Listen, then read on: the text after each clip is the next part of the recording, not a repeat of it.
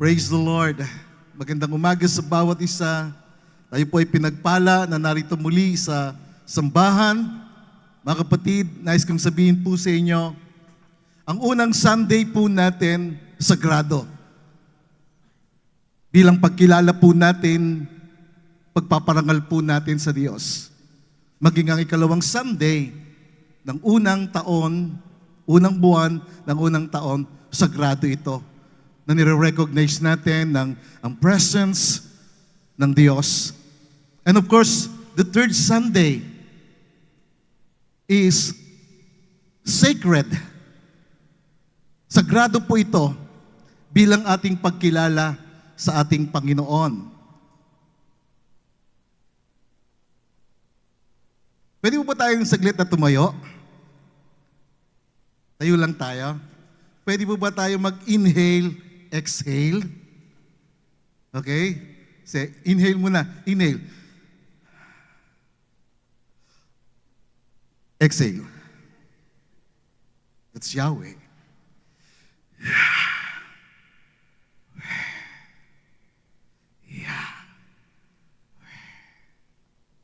We inhale the breath of life. The presence of God is with us. Can we give Him that praise? He is Yahweh, the covenant-keeping God. Ang hininga mo, ang paghinga mo, ay pagbanggit sa pangalan ng Diyos at pagkilala sa Panginoon. Amen? Praise the Lord. Be seated in the presence of God. Praise the Lord. Mga minamahal na kapatid, ang 2026 na taon ay it is the year of divine alignment and covenant partnership with Yahweh, our God, our faithful God, the covenant-keeping God. And we align ourselves to Him. We align our hearts, our minds, our thoughts, our faith to Him, our love.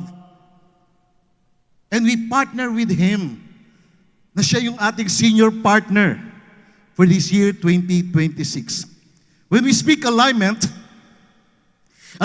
speaks about positioning. Kapag sinabing naka-align ka, nakaayon ka sa kalooban ng Panginoon, naka-position ka. You have that right positioning. And partnership speaks of participation. Kapag nakipag-partner ka sa Panginoon, active ka, na nagpa-participate ka sa nais ng Diyos sa buhay mo. Nagpa-participate ka doon sa kalooban ng Panginoon sa iyong buhay. So that is alignment and partnership. Inilalagay po natin yung sarili natin sa tamang position. Sa pakikiayon sa kalooban ng Panginoon. You see, this year 2026, we are not moving independently. Sa taong ito ng 2026, hindi po tayo lalakad ayon sa ating sariling kalooban na independent tayo sa Panginoon. Hindi po. Tayo po ay magiging dependent sa Panginoon. Amen? And we are moving in agreement with Yahweh, our God. Tayo po ay susulong, uusad, na tayo po ay nag-a-agree sa Kanya. Natin pong hinahayaan na yung kalooban ng Diyos, yung nais ng Diyos, ang mangyari sa iyo. Maganap sa iyo, sa buhay mo, sa pamilya mo, at sa atin pong kinakaharap. Therefore, we will be sustained by the covenant of blessing through our alignment and partnership with Yahweh, our God, our covenant God. Siya po siya magsusustain sa iyo. Siya yung magpapatatag sa atin for this year 2026 because of this covenant blessing that we are aligned and we are in partnership with Him. Mga kapatid, this year 2026, ang Holy Spirit ay tumatawag sa atin. The Holy Spirit is urging us not just to believe. Hindi ka lamang dapat maniwala, kundi ikaw ay sumang-ayon sa Kanya talaga. 100%. Sumang-ayon ka sa Kanya. I-align mo yung sarili mo sa Panginoon. You see, mga kapatid, alignment is not a feeling. Hindi dahil nakaayon ka sa Panginoon, pakiramdam mo, lagi kang nakaayon sa Panginoon. Hindi po. Alignment is a decision of order by faith. Ang alignment, ito po ay isang decision ng pagsasaayos ng ating buhay sa pananampalataya. Naniniwala tayo at inaayon natin ang sarili natin sa kalooban ng Panginoon na may gagawin ng Diyos sa iyo. Higit pa sa iniisip mo, higit pa sa inakala mo, higit pa sa ipinapanalangin mo. At kayang gawin ito ng Diyos. Amen? Can we give Him that praise? And you know, alignment answers the question. Na kapag umayon ka sa kalooban ng Diyos, sinasagot ito yung tanong sa buhay natin. Ano yung tanong sa buhay natin? Who comes first in your life? Who comes first? Sa oras mo. Who comes first in your talent? Who comes first in your treasure? Alignment answers the question. Who comes first? Sino ang una sa'yo? And Yahweh, our God, said, I am that I am. He is the first. In Hebrew, the phrase I am that I am is Hayeh, Asher, Ayah. God is saying, Ayah, Asher, Ayah. I am that I am. The great I am is Yahweh, the self-existent one, the eternally present one, the unchanging covenant-keeping God. Siya yung Diyos na nag-exist by Himself, for Himself, and from Himself alone, sa Kanya lang. At kinakailangan po natin dumepende sa Kanya, magtiwala sa Kanya, sumampalataya sa Kanya, for this year 2026, na may gagawin ng Diyos sa iyong buhay. May gagawin ng Diyos sa iyong pamilya, sapagat siya ang Diyos na hindi nagbabago. Siya ay matapat na Diyos sa kanyang tipan mula noon hanggang ngayon at magpakailan pa man. Mananatiling matapat ang Diyos. He is the self-existent one, the source of all things, the eternally present, ever-present sa buhay natin. He is the first. That's why Isaiah 44 verse 6 said, Thus says the Lord, the King of Israel, and His Redeemer, the Lord of hosts, I am the first. Sinasabi ng hari, ng manunubos ng Israel, ni Adonai, ng Panginoon. Sabi niya, ako ang una, ako ang huli. Besides me, there is no God. Walang ibang Diyos, kundi si Yahweh. Walang ibang Diyos, kundi ang Panginoong Jesus. He said, I am the first and I am the last. Besides me, there is no God. And in Colossians 1:17, it says, and He is before all things. It speaks of Jesus. It talks about Jesus. Jesus, He is before all things, and in Him all things consist. Sa pamamagitan niya, lahat ng bagay nag-uugnay. Sa pamamagitan niya, ang lahat ng bagay ay gumagalaw, umuusad. Kung nais mong umusad, sumulong ang iyong buhay, umayon ka sa kalooban ng Diyos. Amen. Align yourself with Him.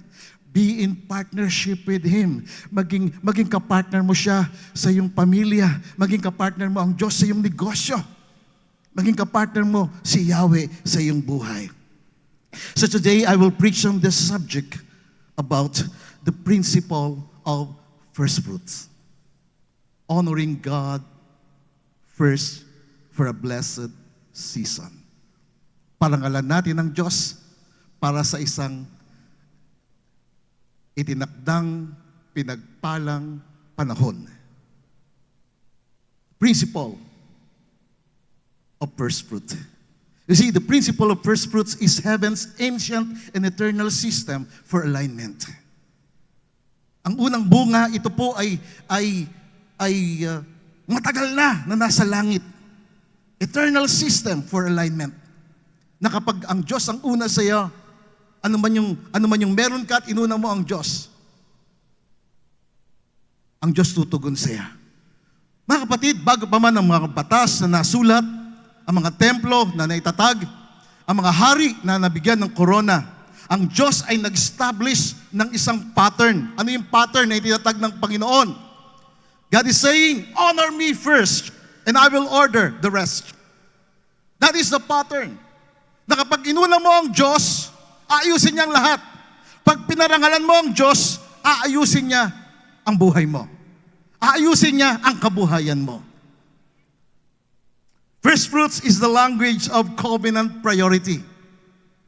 Kaya nga sabi ko sa inyo kanina, ang unang Sunday sagrado, ay ikalawang Sunday sagrado, ay ikatlong Sunday ng unang buwan ng taong kasalukuyan ay sagrado. Bakit? Kasi pinapaunawa sa atin ng Panginoon na meron tayong dapat na priority sa buhay natin. Na dapat tayo po'y nakaayon sa Kanya, naka-align sa Kanyang kalooban, at kapartner natin siya sa ating buhay. Now, the center truth ng aking sinasabi sa inyo po ngayon ay narito sa aking big idea. It's about, first fruits is not about giving to God what we have left. Ang unang bunga ay hindi pagbibigay kay Yahweh ng tira-tira sa atin. It's about aligning our lives with Yahweh by honoring Him first. Na inaayon natin ang ating sarili sa kalooban ng Panginoon na siya yung pinaparangalan natin una sa ating buhay. Binibigyan natin ng karangalan sa ating buhay, kinikilala natin ang Panginoon na siya yung pinagmumulan. We acknowledge Him as the source of all things. The self-existent one. Dahil siya'y nag-i-exist sa kanyang sarili, para sa kanyang sarili, at mula sa kanyang sarili. Kaya tayo po bilang mga anak ng Diyos, didepende tayo sa Kanya. Susunod tayo sa Kanya. Magtitiwala tayo sa Kanya na siya ang maging kapartner na magtatakda ng direksyon ng ating buhay sa buong taon. As we enter into this covenant partnership, it will govern the rest of the year. Even the rest of our lives. Pamamahalaan niya ang ating pong buhay. Now, the question today is this. Ano ang pinapahayag ng prinsipyo ng first fruits? What does the principle of first fruits reveal to us? Ano pinapahayag ng prinsipyo ng una siya? Pag sinabing first fruits, mga kapatid, hindi lamang ito tumutukoy sa pera. Pag sinabing first fruits, tumutukoy ito sa iyong oras, in your time. Sa oras mo, sino ang una? In your talent. Sa iyong abilidad. Sa iyong buhay. Sino ang una? And of course, sa iyong kayamanan, sa iyong pag-aari. Sino ang una? So what does the principle of first fruits reveal to us? About our alignment and partnership with Yahweh. Our covenant-keeping God. Ano pinapahayag dito sa atin? Mga kapatid, meron pong tatlong tipan ng katotohanan na akin pong ibabahagi sa inyo ngayong umaga. Handa na po ba kayo? Pakisabi sa katabi mo, handa ka na ba? Ayan. Handa ka na bang liwanagan ng Panginoon? And God said, let there be light. And that is the light of the Holy Spirit, the light of Jesus. First is this. First fruits honors God as our source. Ang unang bunga ay nagpaparangal sa Diyos na siyang pinagmumulan ng ating buhay, ng ating pag-aari, hindi ang sistema ng mundo. Hindi ang sino man. Pagka sinabi ng Biblia na first fruits, unang bunga, pagpaparangal ito sa Diyos. Sabi ng mga kawikawan, Kabanatang 3, talatang 9, sabi ng banal na kasulatan, parangalan mo si Yahweh. Amen? Parangalan mo si Yahweh sa pamagitan ng iyong kayamanan. Parangalan mo ang Panginoon. In the English version, it says, honor the Lord with your possessions. Honor Him with your possessions. In other version, it says, honor the Lord with your wealth. Bakit mo pararangalan ng Panginoon ng iyong pag-aari, ng iyong buhay? Kasi wala tayong pag-aari. Ang buhay mo galing sa Diyos. Ang hininga mo galing sa Kanya. Ang lahat ng meron ka, galing sa Diyos. Galing kay Yahweh. The great I am. The source of all things. The unchanging God. Galing sa Kanya, lahat ng meron ka. Buhay.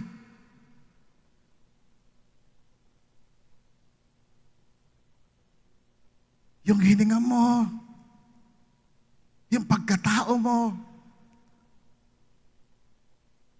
pag-aari mo, pamilya mo, galing sa Kanya. Kaya sinasabi ng banal na kasulatan, parangalan mo ang Diyos. Honor Him. Honor the Lord. Honor means to esteem. Ito may pagbibigay ng mataas na paggalang sa Diyos. Mataas na pagkilala sa Diyos. That is the meaning of the word honor, to esteem. To give Him that highest honor and adoration and thanksgiving. Pagbibigay ng mataas na paggalang sa Panginoon. Honor means to value Him. Pagbibigay ng mataas na pagpapahalaga sa Diyos. Na ang Diyos ang pinakamahalaga sa iyong buhay. Amen? Siya yung una. The Bible says, He is before all things. And in Him, all things consist. Lahat ng bagay nag-uugnay. Lahat ng bagay gumagalaw sa pamamagitan niya. And we need to give Him honor. Parangalan natin siya. To honor means to place weight upon Him, o pagbibigay ng bigat o mataas na halaga sa Kanya. Yun yung honor. Pwede ba nating palakpakan ng Panginoon? Thank you, Jesus. Thank you, Lord. You see, mga kapatid, pinag-usapan natin yung first fruit ngayong umaga. Unang bunga. And first fruit is not an amount. Not just an amount. It is a statement of faith that honors God with our time, with our talent, and treasure in alignment and partnership with God. That is first fruit. Hindi lamang siya pera. Ang first fruit, yung unang bunga, ito yung unang pagising sa umaga. Sino yung iyong pinaparangalan? Bago ka matulog, sino yung iyong pinararangalan? Sino ang pinakamahalaga sa oras mo? Sino ang pinagpapahalaga ng talento mo? Ng galing mo? Ng husay mo? Ng kaloob sa iyo ng Panginoon? Sino ang pinararangalan mo? Nang binigyan kanya ng talino, nang binigyan kanya ng galing, nang binigyan kanya ng husay, nang binigyan kanya ng abilidad, sino ang binibigyan mo ng unang parangal? Sa pagkita ng pera. Dahil binigyan kanya ng lakas, binigyan kanya ng galing, binigyan ka ng husay, binigyan ka ng talino, sino yung binibigyan mo ng pagpaparangal? That's why first fruits is not just an amount. It is a statement of faith. Ito ay kapahayagan ng pananampalataya. Pagpaparangal sa Diyos. Ng ating oras, ng ating talento, ng ating treasure, sa ating pong pag-ayon sa kalooban ng Diyos sa pakikipag-partner natin sa Panginoon. In other words, it is a declaration that says, God is my source, not my salary. Amen? Ang Diyos ang pinagmumulan ng aking pagpapala. Hindi ang aking trabaho, hindi ang aking sweldo. God is my source, not my salary. God is my provider, not my profession. Ang Diyos ang nagpo-provide sa akin, ang Diyos ang nagpo-provide sa atin, hindi yung ating profession, hindi yung ating trabaho, hindi yung iyong career. Ang Diyos. In other words, it is a declaration that says, God is my sustainer, not my strategy. Siya yung nagsusustain. Siya yung nagpapatatag, nagpapatibay ng buhay. Hindi yung iyong mga estratehiya sa buhay. Hindi yung iyong diskarte. It's God, the great I am. You see, first fruit is honor-driven giving. Hindi siya transactional giving. Honor. Pagbibigay mo ng parangal sa Diyos na siya yung iyong source, na siya yung provider, na siya yung nagsusustain sa iyo. And the principle of first fruit is not primarily about giving. First fruits is about lordship, trust, and honor. Agree? Can we give Him that praise? Ang first fruits, ang unang bunga, unang oras, unang galing at husay, ay pagkilala sa pagiging Panginoon ni Jesus sa ating buhay. Amen? Na si Jesus ang ating Panginoon. Nagtitiwala tayo kay Yahweh. Pinaparangalan natin siya. Mga kapatid, bago po pagpalain ng Diyos ang ating harvest, because we believe that year 2026 is our divine year of alignment and partnership for great harvest. Merong harvest. Pakisabi sa katabi mo, merong harvest. May pag-ani. May pagtanggap ng blessing. Pero bago ang Diyos magpala ng ating pag-ani, ang Diyos muna tinitingnan niya kung paano mo pinagpapahalagan yung una mong tinanggap. When we give God the first of our time, of our talent and treasure, we declare that He is our source.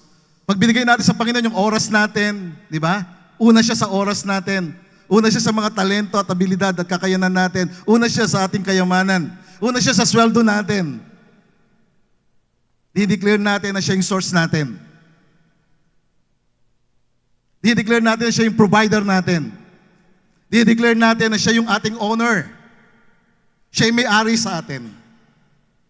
Lord means He is the owner. Siya yung may-ari sa'yo.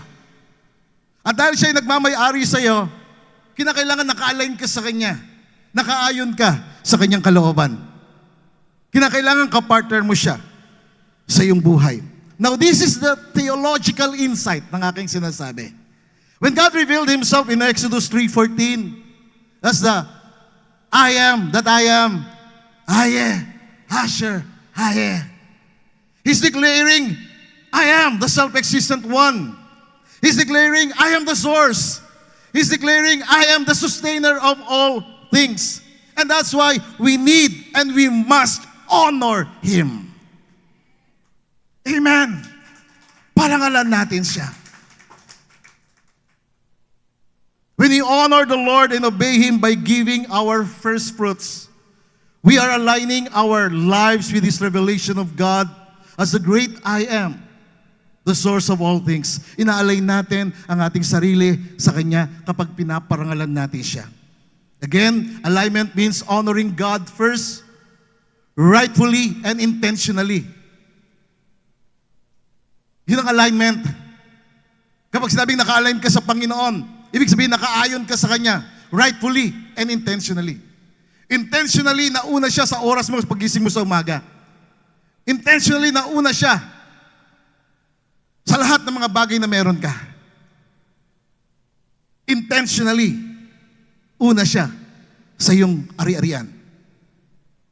Na pinapahawak mo sa Kanyang iyong ari-arian. At kapag hawak ng Diyos ang iyong ari-arian, hawak ng Diyos ang iyong buhay, hindi makakakilos ang dyablo sa iyong buhay. Hindi makakapasok ang maruming kamay ng kaaway. Protected ka ng Panginoon.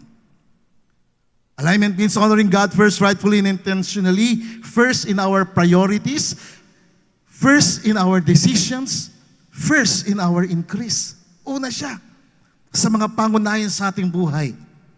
Una siya sa mga decision mo. Una siya sa mga tinatanggap mo. Kaya natuto ako sa buhay ko. Una lagi ang Diyos.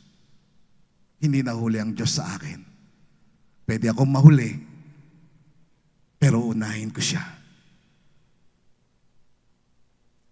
Kapag tayo po ay nagbibigay ng ating first fruits sa Panginoon, mga kapatid, ito nangyayari. binabagsak natin ang pamamahala ng pera sa buhay natin. Ang control ng pera sa buhay natin. We dethrone mammon. Ang pera lamang ang itinapat sa Diyos. That's why mammon is God. Ang pera ginagawang Diyos. And the love of money is the root of all evil. When we give our first fruits to God, we dethrone mammon, binabagsak natin ang pamamahala ni mammon, ng Diyos ng pera. Inaalisan natin siya ng karapatan sa atin na kontrolin tayo. Kasi nangyayari, at ito ang malimit kong na-observe, na kapag isang tao pinagpalanan ng Diyos, una, naglilingkod ng tapat sa Diyos, ayos ang buhay, matapat sa Panginoon, nakatapos ng pag-aaral, nagkaroon ng kabuhayan. At kapag maayos ng buhay, erase na si Lord. At sa buong panahon ng aking pagpapastor sa church na to, 20 taon. At sa loob ng 40 taon ng aking paglilingkod sa Diyos, nakita ko at nasaksihan ko ang buhay ng mga taong dati maayos. Nung nagkapera, naging Panginoon ng pera, pinamahalaan ng pera, kinontrol ng pera, hindi na siya nakilala. Bakit? Kasi mukha ng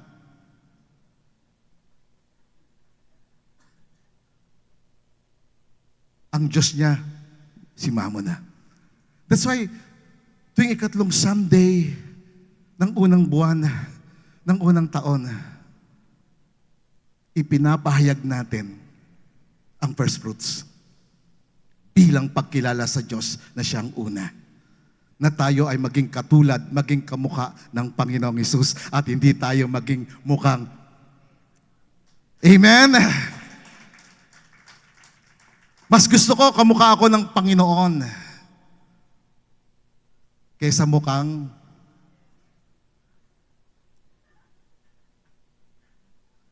kapag tayo po'y nagbibigay ng ating first fruits, pinapatahimik natin yung takot sa kakulangan at kahirapan. Kapag inuna mo ang Panginoon, nagbigay ka sa Diyos, priority mo ang Panginoon, inuna mo siya. The Bible says, seek first the kingdom of God. Seek first the King and the kingdom of God and His righteousness. And all these things shall be added unto you.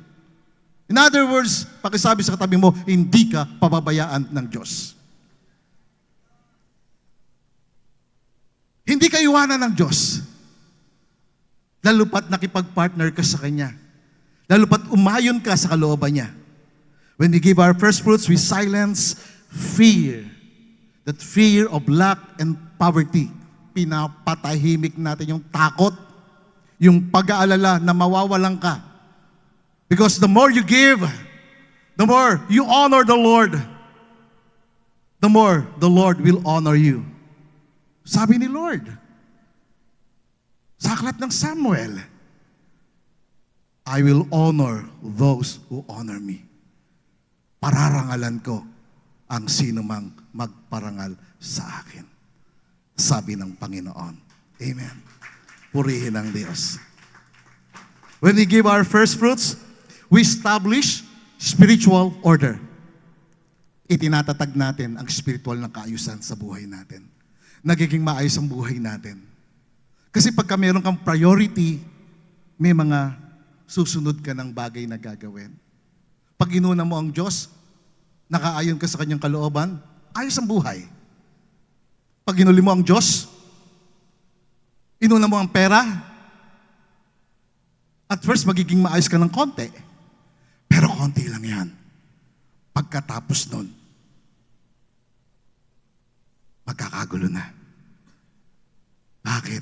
Wala ang presence ng Diyos. Itinatatag natin ang ating spiritual na buhay, ang kaayusan sa buhay, sa pamilya, kapag ibinigay natin sa Diyos yung ating first fruits, yung ating unang bunga. Tandaan natin ito, mga kapatid. You cannot align with heaven while depending solely on earth. Hindi ka maaaring makaayon sa langit sa pagpapala ng kaharian ng Diyos kapag ka dumidepende ka sa mundo. Ano ibig sabihin nun? Kapag dumidepende ka sa sweldo mo, kapag dumidepende ka sa business mo, kapag dumidepende ka sa mga connections mo, hindi mahayag ang kapangyarihan ng Diyos. Mahayag ang kapangyarihan ng Diyos. Mahayag ang pagpapala ng Diyos sa iyo kapag dumidepende ka sa Kanya. Why? Because He is Yahweh. The covenant-keeping God. Ang Diyos na matapat sa Kanyang tipan, sa Kanyang pangako, at kailanman ang bawat lumabas sa Kanyang bibig, ito ay Kanyang pinapangyari. Amen? Our dependence rests on Yahweh, our God. Praise the Lord. Can we give Him that praise? That is the first covenant truth. First fruits honors God as our source. And second, first fruits activates covenant alignment of blessing. Ano ginagawa ng first fruits? Ano nangyayari kapag inuuna mo ang Panginoon? Pinapagana niya. Ina-activate niya ang tipan ng pagpapala. Sinabi sa Kawikaan, Kabanatang 3, Talatang 9, basahin natin na malakas. Ready? Go! Parangalan mo si Yahweh sa pamagitan ng iyong mga kayamanan at mula sa iyong mga pinakamainam na unang bunga ng iyong ani, siya rin ay iyong handugan. Amen? Parangalan natin. Unahin natin si Yahweh, ang Panginoon, sa pamagitan ng ating kayamanan. Pag sinabing kayamanan, hindi lamang siya pera, oras, talento, of course, treasure. At mula sa iyong pinakainam na bunga ng iyong ani, siya iyong handugan. Ibig sabihin, sa iyong kinita, sa iyong income, handugan mo siya. Magbigay ka sa Kanya. In the English version, it says, honor the Lord with your possessions and, take note, and with the first fruits of all your increase. All your increase. Bigyan mo sa Kanya yung unang bunga. Bigyan mo sa Kanya yung unang kita. Makikita natin dito yung instruction. Honor the Lord with the first fruits of all your increase. Parang alam mo si Yahweh mula sa iyong kayamanan. Honor Him. Honor the Lord. Not with leftover or leftovers. Hindi yun natira sa iyo. Hindi yun, eto lang natira sa akin, ito bibigay ko kay Lord. Bakit pinarangalan ng Diyos si Abel na unang nagparangal sa Diyos? Bakit po? Kasi si Abel, ibinigay niya sa Diyos yung pinaka-the best, pinakamatabang tupa, inaalay niya sa Panginoon. Si Cain, ang ginawa niya, ano man ang bagay na makita niya, basta makita niya lang, binigay niya kay Lord. Walang pagpapahalaga. Maring tira-tira yun sa kanya. Maring kinain niya na yung the best, binigay niya kay Lord yung tira-tira. Kaya nga ang Panginoon, pinarangalan niya si Abel. Bakit? Kasi si Abel, pinarangalan niya ang Diyos. At sa kasaysayan, si Cain ang naging pinakamalungkot na tao. Bakit? Kasi hindi niya pinarangalan ng Diyos at nalayo siya sa presence ng Panginoon. He died a miserable man. Miserableng tao. Malayo sa Diyos. Tandaan natin mga kapatid, ang taong miserable, kahit may pera, kahit may pag-aari, kung wala ang Diyos sa kanya, wala ang presence ng Panginoon, miserable ang buhay. Malungkot ang buhay. Punong-puno ng pag-aalala ang buhay. Pero sinasabi ng banal na kasulatan na dapat nating parangalan ng Diyos ng anumang meron tayo. It is a covenant instruction. Why? Because we have covenant with God. Because He is the covenant-keeping God. Siya ang Diyos ng tipan. Siya ang Diyos na nagpapahalaga sa kanyang salita. Siya ang Diyos na nagpapahalaga sa kanyang pangako. At mahalaga sa Diyos na tayo po'y sumusunod sa kanyang sinasabi. Sinabi sa aklat ng Exodo, Kabanatang 23, talatang 19 ng Magandang Balita, Biblia, sabi ng Panginoon, dalhin nyo bilang handog sa bahay ni Yahweh na inyong Diyos ang mga pinakamainam na unang ani ng inyong mga bukirin. Pinagutos siya ng Panginoon. It is a covenant instruction. If you have that covenant with God, you have that personal relationship, personal covenant with the Lord. You are obliged. Obligado ka na ibigay mo sa Kanya yung pinakamainam, yung unang bunga. In the English version, it says, the first of the first fruits of your land, you shall bring into the house of the Lord your God. The first of the first fruits. Hindi ito suggestion, mga kapatid. Ito ay covenant instruction. Because you have a personal covenant with God. He is your personal Lord. Ito'y sinabi niya sa kanyang bayan at ito'y sinasabi niya sa kanyang bayan ngayon, sa kanyang mga anak. If you have a personal covenant with the Lord, you will obey Him by faith. Amen? Are you with me? Nandiyan pa po ba kayo? Praise the Lord. Praise the Lord. Amen. You see, covenant is not transactional. Hindi dahil may covenant ka kay Lord, nagtatransact ka ng business kay Lord. Hindi po. Because you have covenant with the Lord, you will act relationally. Gagalaw ka, kikilos ka, na mayroong ugnayan sa Kanya by giving Him the first of what you have for this year, 2026. First fruit is the first portion. First fruit is the best portion. First fruit is the consecrated portion. Amen? Ito yung the best, una, at banal para sa Panginoon. Alam niyo mga kapatid, ang hari, sa panahon na yon, maging sa panahon natin, paglalapit ka sa hari, hindi po pwedeng wala kang handog. Hindi pwedeng lalapit ka sa kanya ng empty-handed. Hindi po. Paglapit mo, laging meron kang gift sa hari. Ang Diyos, hari natin. Panginoon natin siya. Sa Kanya galing ang buhay. Sa Kanya galing ang lakas. Sa Kanya galing ang lahat ng meron tayo. And we need to give that first fruit to Him. First fruits of our possessions. First fruit is not what is left. First fruit is what is prioritized. First fruit says, God, I trust you. Ito yung sinasabi ng first fruit eh.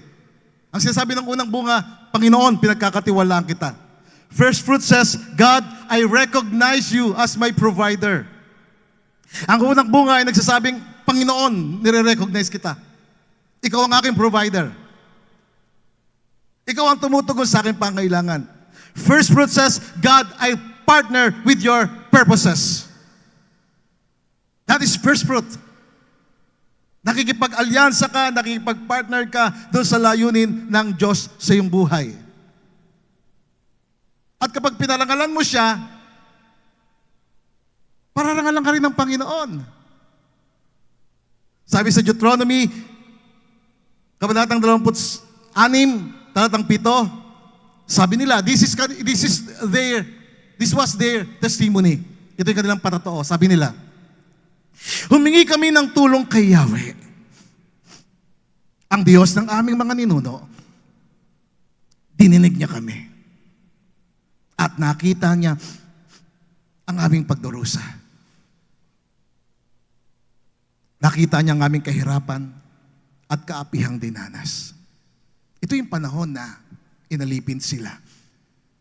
Ito yung panahon na bumubuntong hininga sila.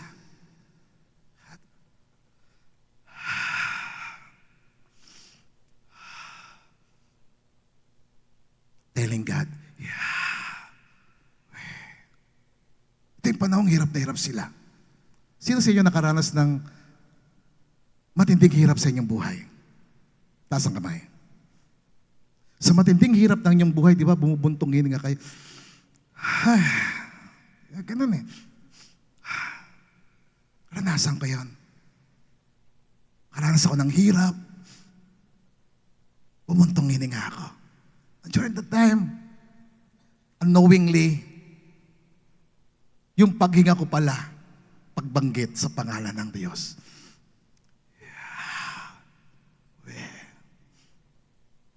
Sabi nila, humingi kami ng tulong kay Yahweh.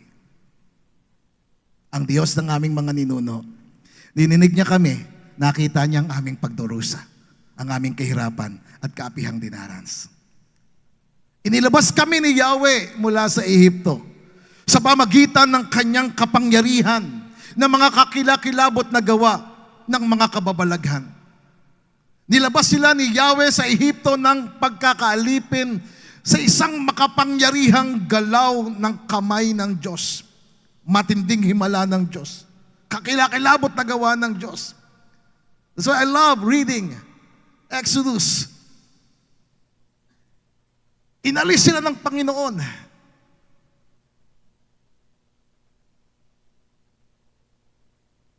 Gumawa ang Diyos sa kanila ng matinding pagkilos. Talatang 9, at sabi nila, ito ang kanilang patotoo. At dinala sa lupaing ito na mayaman at sagana sa lahat ng bagay. Inalis sila ng Panginoon sa kahirapan, inalis sila ng Panginoon sa matinding paghihirap, dinala sila sa lupain ng pangako. Sa lupain ng pagpapala, na binubukalan ng puyo, ng pulot, pukyutan, ng gatas, sariwa. Dinala sa lugar, sa lupain na mayaman at sagana sa lahat ng bagay. Talatang 10. Kaya sabi nila, kaya narito ngayon, Yahweh, ang unang bunga ng aming mga pananim sa lupain ibinigay mo sa amin. Because of that, they honor Him.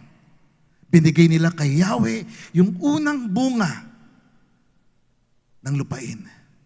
Yung unang kita nila, ini-offer nila kay Yahweh. In the English version says, and now behold, I have brought the first fruits of the land, which, O Lord, you, O Lord, have given me.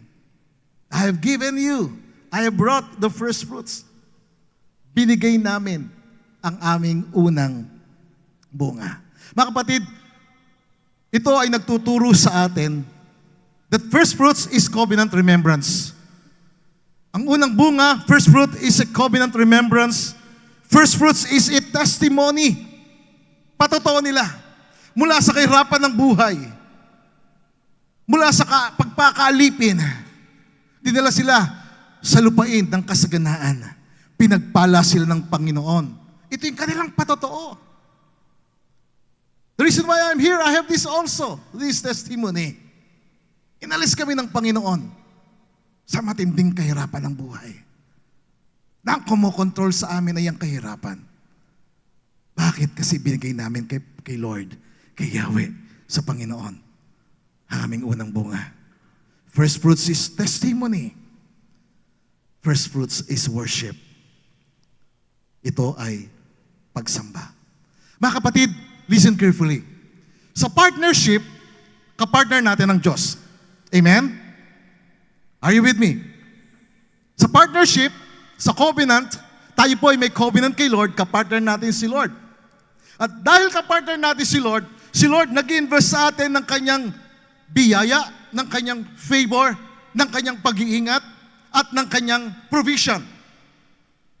As our partner, siya nagbibigay sa atin ng biyaya, ng grace, ng favor, ng protection, ng provision, ng kanyang kabutihan. At tayo naman, bilang kapartner ng Panginoon, ang ini-invest natin sa Kanya, ang binibigay natin sa Kanya ay pananampalataya, pagsunod, pagtitiwala, pagpaparangal. Amen? Yun yung partnership. Hindi pwedeng kapartner ka ng Panginoon, pinagpala ka ng Diyos, binusog ka ng Diyos, Pinalakas ka ng Panginoon, pinagaling ka ng Diyos, niligtas ka ng Panginoon, pinasagana ka ng Panginoon. Pagkatapos na nangyari sa iyon, ikaw naman, yung participation mo, yung ambag mo, yung contribution mo, dapat sasampalataya ka. Dapat susunod ka. Dapat ikaw ay magtitiwala sa Kanya sa lahat ng aspeto ng iyong buhay. Dapat ikaw ay magpaparangal sa Kanya. But in reality, may mga taong pinagpala ng Diyos, inayos ng Diyos ang buhay at first, pero hindi na sumasampalataya. Hindi na sila sumusunod sa Panginoon. Ang tingin nila sa sarili nila ay ganito, I am a self-made man. Akong gumawa nito eh. Galing ko to eh. Husay ko to eh. Talino ko to eh. Galing ko to eh. Diskarte ko to. Pero pagka sarili mo, hindi ka magtatagal. Amen? Gawa ng tao, hindi magtatagal. Pero kapag ikaw ay nagtiwala sa Diyos, sumampalataya, nagparangal sa Diyos, magtatagal ka. Patuloy ka niyang pagpapalain. Amen? Ang first fruit ay declaration ng partnership. Kapartner natin ng Diyos. Na parang sinasabi natin sa Panginoon, Lord, pinagpala mo ito. Pararangalan kita. Pinagpala mo ako, Panginoon, pararangalan kita. Pinagaling mo ako, Panginoon, pararangalan kita. Pinatawad mo ako, Panginoon, sa aking mga kasalanan. Kinahabagan mo ako, pararangalan kita. Mandumi ako, nilinis mo ako, inayos mo ako, pararangalan kita, Panginoon. At yun ang nais ni Lord. Parangalan natin siya. Amen? Can we give Him that praise? Kasi mga kapatid, this is the prophetic insight for this year 2026. This year 2026, God is not rewarding misalignment. Hindi nire-reward ni Lord yung misaligned na tao. Pag wala ka sa alignment, ibig sabihin nun, wala ka sa hulog. Wala ka sa ayos. Walang reward. Pagka wala sa ayos, wala sa alignment, walang pagpapala ni Lord. Kahit anong sikap, kahit anong daming connection mo, pag wala kang alignment kay Lord, you will fail. But God will reward aligned partners, aligned believers. Amen? Pagkasabi sa katabi mo, ikaw yan, best. Amen? Palakpakan natin ang Panginoon. Purihin ang Diyos. Mga kapatid, nais kong maging maliwanag sa inyo ito kasi tayo po mamaya magkakaroon tayo ng first fruit offering. Ang first fruit offering ay hindi naka-design as transaction. Hindi natin ito fundraising. It is a faith declaration. Hindi kapag ikaw ay nagbigay ka, nag-offering ka, ang thinking mo, dahil nagbigay ako, bibigyan ako ni Lord. Kasi mostly, ganun nangyayari, lalo na pagka tinuro ang giving. Pag nagbigay ka, bibigyan ka ni Lord. Which is true. Totoo naman yon. Pero, nais kong sabihin sa inyo, kaya tayo nagbibigay sa Panginoon dahil siya ay nagbigay sa atin. Siya ang nagmahal sa atin. Ano mang meron tayo, galing sa Kanya, kaya pararangalan natin siya. Amen? Purihin ang Panginoon. Hallelujah. You see, first fruits aligns our time with God's calendar. Ganda nito mga kapatid. Ina-align nito yung ating panahon sa kalendaryo ng Diyos. May kalendaryo ang Diyos. May season ng Diyos. First fruits aligns our resources with God's order. Ina-align natin, naayos natin yung mga resources natin na kapag inuna ko to, ito protected ito. Nakaayos. First fruits aligns our future with God's promises. Ina-align nito yung future natin, yung hinaharap natin. Tandaan natin mga kapatid, si Yahweh, ang ating Panginoon, hindi siya contract-keeping God, covenant. Sa kontrata kasi, pinoproteksyonan mo yung interest mo. Di ba? Kapag nakipagkontrata kasi isang tao, ang tingin mo, ano yung akin dyan? Ano yung interest ko dyan? Ano yung para sa akin dyan? Ano yung para sa amin dyan? Covenant established relationships. Pag may tipan ka, tinatatag nito yung maayos na ugnayan sa Panginoon. And first fruits is given, kapag naibigay natin yung ating first fruit, nire-recognize ng Diyos yung alignment mo. Naka-align ka sa Kanya. Yung grace, biyaya ng Panginoon, dumadaloy. You will not strive. It's not about striving. It's about the grace flowing, the blessing flowing, and prepare yourself for the year 2026. Increase comes with peace, not pressure. Hindi ka mapipressure. You will be at peace. Amen? Praise the Lord. Ito yung nire-reveal, pinapahayag ng first fruits. God is our source. First, honor Him.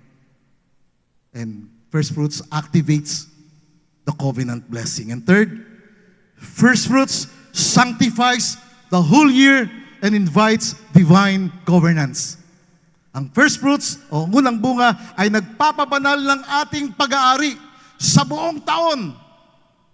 Ingatan ka ng Panginoon. Sa buong taon, sasamahan ka ng Panginoon. Sa buong taon, walang magkakasakit. In Jesus' name.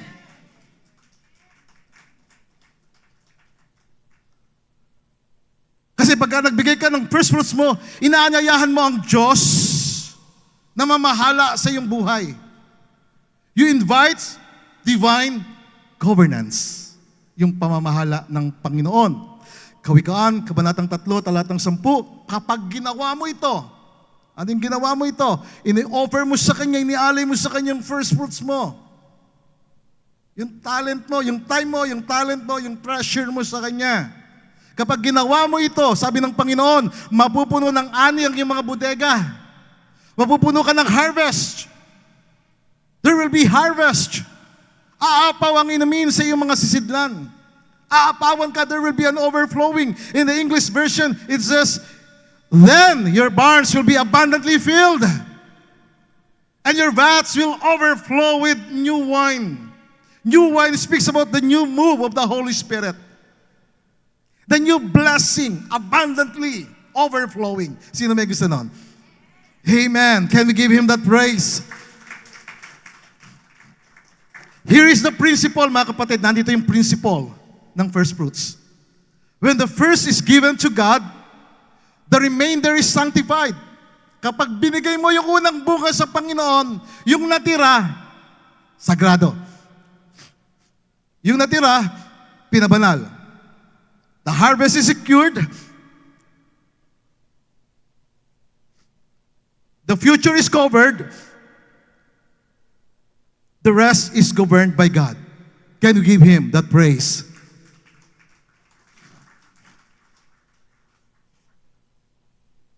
Yung harvest mo secured. Yung future mo covered. Covered ka ni Lord. Protected ka.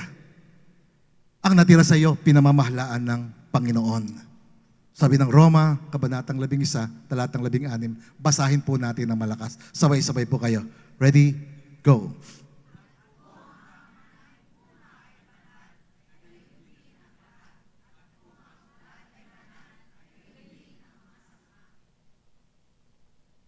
Ang first fruit ba ay sa Old Testament lang? It is in the New Testament. When you give your first fruit offering to the Lord, then the rest will be covered, secured, sacred. Sabi dito, kung ang pangunahing bunga ay banal, kung ang pangunahing bunga, banal na inaalay mo sa Panginoon, gayon din ang lahat. At kung ang ugat ay banal, gayon din ang mga sanga. Kung ikaw na ugat, ay banal. Kung ikaw na nag-alay sa Panginoon, banal. Kaya hindi lang yung sanga. Kaya hindi lang yung buhay. Kaya hindi lang yung kabuhayan. In the English version, it says, for if the first fruit is holy, the lump is also holy. And if the root is holy, so are the branches. The first fruit is holy, the lump is also holy. Gayon din yung natira. Banal. First fruits is prophetic seed for the future. Prophetic seed. Binhi natin ito. Hindi ka nagbibigay para pagpalaing ka. You give your first fruits because you recognize who blesses. Nagbibigay ka ng unang bunga mo kasi nire-recognize mo sino yung nagpapala. Who comes first into your life? Sino yung una sa'yo? Sino yung dapat nating parangalan? Sino yung dapat nating bigyan ng pagpaparangal? You see, first fruits invites God into your finances. Ang unang bunga ay nag-i-invite sa Diyos na hawakan ng iyong pag-aari. Ingatan ng iyong pag-aari. Pag ang Diyos, ang presence niya, nasa iyong kabuhayan, hindi makakakilos ang dyablo. Hindi makakakilos ang mananakmal. Hindi makakakilos ang sakit at karamdaman. Pag inunan natin ang pera, oo, magkakapera ka. Saan mo gagasasin ang pera? Sa sarili mo, sa pamilya mo, saan pa? Sa ospital. Bakit? Kasi walang protection ng pera. That's why we're talking about this. Para protected ka. Para samahan ka at ingatan ng Panginoon. Ang Diyos ang namamahala sa iyong buhay at sa iyong pag-aari. First fruits consecrates your year. Ang first fruits ay nagpapabanal ng iyong taon. First fruits declares the future, that the future belongs to God. The blessing is for you. First fruit is prophetic. This is prophetic. It declares that this year belongs to God and it invites divine oversight. Ini-invite mo yung pagtingin ng Diyos sa iyo. Pag ang Diyos nakatingin sa iyo, nakasubaybay sa iyo, walang pwedeng gumalaw sa iyo. Kasi nakasubaybay ang Diyos sa iyo. Nakasubaybay ang Diyos sa iyong pag-aari, sa iyong kabuhayan, sa iyong pamilya. Walang makagagalaw sa iyo. It places the year, your year, the year 2026 under covenant authority. Nasa ilalim ka ng tipan ng pamamahala ng Diyos. This year is not just about sowing, it's about seeding the entire year. Yung bang nagbibigay ka ng binhi sa buong taon. Nagiging daluyan ka ng pagpapala. I have this question before I close to pray.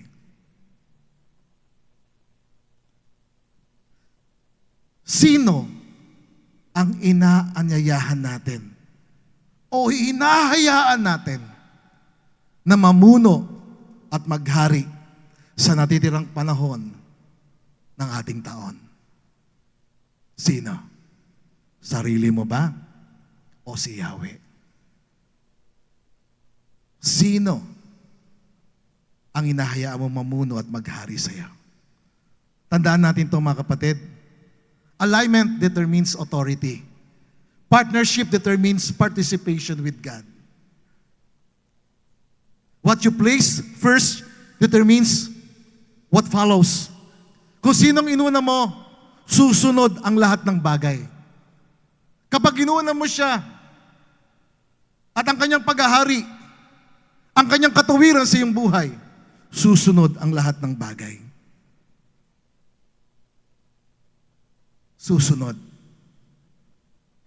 Dahil hinayaan mo ang Diyos mamahala at manguna sa iyo. Mga kapatid, ang first fruits is not about kung anong binibigay mo. Ito ay kung paano tayo pumapasok sa ating pangkasalukuyang buhay. Ibig kong sabihin, sino yung hinahayaan mong mamahala sa iyo at maghari sa iyo? Tandaan po natin, ang Diyos, inaalaala niya ang mga tao na inaalaala siya. Pinaparangalan ng Diyos sa mga taong pinaparangalan siya. Sa Biblia, inalala niya si Abel. Inalala niya ang bayang Israel sa panahon ng kahirapan. Inalala niya ang kanyang tipan sa kanyang bayan. Inalala niya ang kanyang pangako. Hindi sinasabi ng kasulatan na naalala ng Diyos dahil nakalimutan ng Diyos. Hindi po.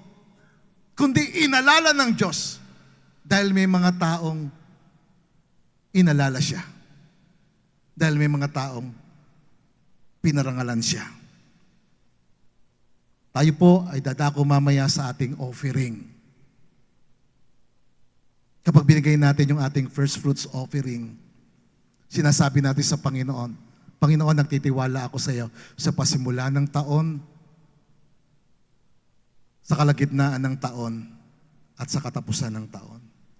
At ang Diyos naman, ang tutugon sa atin, iaayos ko ang iyong buhay. I will order your steps. God is saying, I will secure your supply and I will establish your increase of harvest. Can we give Him that praise? Let us declare this together.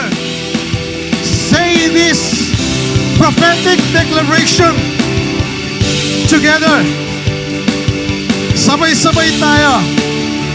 Sabihin natin, Yahweh, Yahweh, our covenant God, our covenant God, our Father, our Father, we align ourselves we align ourselves with you with you in this year, in this year, 2026. 2026. You are Yahweh, You are Yahweh, the great I am, the great I am, the covenant-keeping God. covenant-keeping God. We declare We declare that our hearts, that our hearts, our homes, our homes, our our finances, finances, and our future and our future are aligned are aligned with your will. with your will. As we honor you As we honor you with our first fruits, with our first fruits, we enter we enter into into this divine this partnership divine partnership with you. you. We decree We decree open heavens, open heaven, strategic connections, supernatural provision, supernatural and provision, covenant increase. and covenant increase. This year, This year, we will not lack, we will not lack, we will not be delayed, we will not be delayed, we will not be we misaligned. will not be misaligned. We walk